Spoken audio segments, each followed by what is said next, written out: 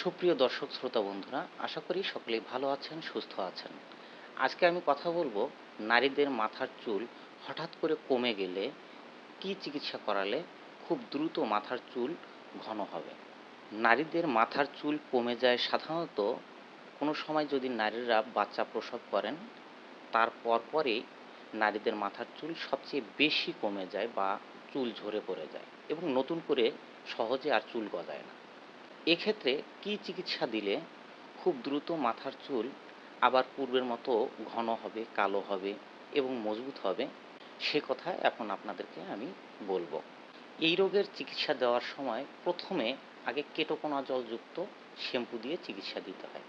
Ketoconazole shampoo বাজারে বিভিন্ন ধরনের পাওয়া যায়, যেমন ওডিসি রয়েছে, কেটো ড্রাফ রয়েছে, তারপরে সিলেক্ট প্লাস রয়েছে। এ ধরনের কেটোকোনাজলযুক্ত শ্যাম্পু দিয়ে চিকিৎসা দেবেন।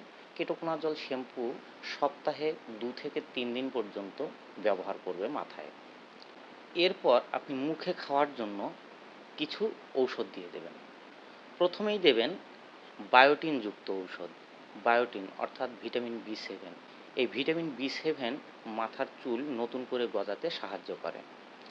এটি সকালে একটি, রাত্রে একটি অথবা প্রতিদিন একটি করে ট্যাবলেট টানা 1 থেকে 2 মাস পর্যন্ত চালাতে হবে। সঙ্গে অবশ্যই ভিটামিন বি কমপ্লেক্স যুক্ত ঔষধ দিতে হবে দিনে 3 বার। ভিটামিন বি কমপ্লেক্স যদি বায়োটিন বা ভিটামিন বি7 সঙ্গে দেন তাহলে কিন্তু বায়োটিন বা ভিটামিন বি7 খুব দ্রুত কাজ করতে পারে। তো সুতরাং ভিটামিন বি কমপ্লেক্স সাথে অবশ্যই দেবেন দিনে 3 বার, সকালে, দুপুরে, রাত্রে। এভাবে চলতে থাকবে টানা 2 মাস।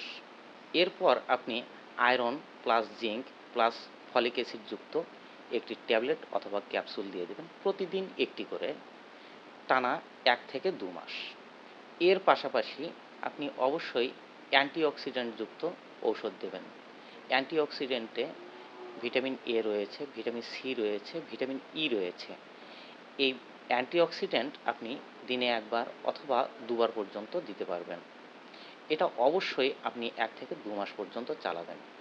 চিকিৎসার পাশাপাশি রোগীকে পরামর্শ দেবেন পুষ্টিকর খাবার যেন অবশ্যই খায়। এভাবে যদি চিকিৎসা চলে তাহলে 100% আপনার রোগীর মাথার চুল পূর্বের মতো ঘন, কালো এবং উজ্জ্বল হবে।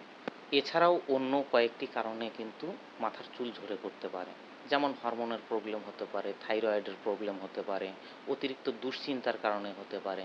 তো যদি থাইরয়েডের প্রবলেম হয় বা হরমোনের প্রবলেম হয় তাহলে কিন্তু রোগীকে সেভাবে চিকিৎসা করাতে হবে।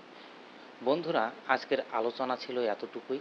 দেখা হবে অন্য কোনো আরেকদিন, অন্য কোনো ভিডিওতে। ততক্ষণ পর্যন্ত সকলে সুখে থাকবেন, ভালো থাকবেন, সুস্থ থাকবেন। আরেকটি কথা, যদি ভিডিওর কথাগুলো ভালো লেগে থাকে তাহলে অবশ্যই চ্যানেলটি সাবস্ক্রাইব করে দেবেন।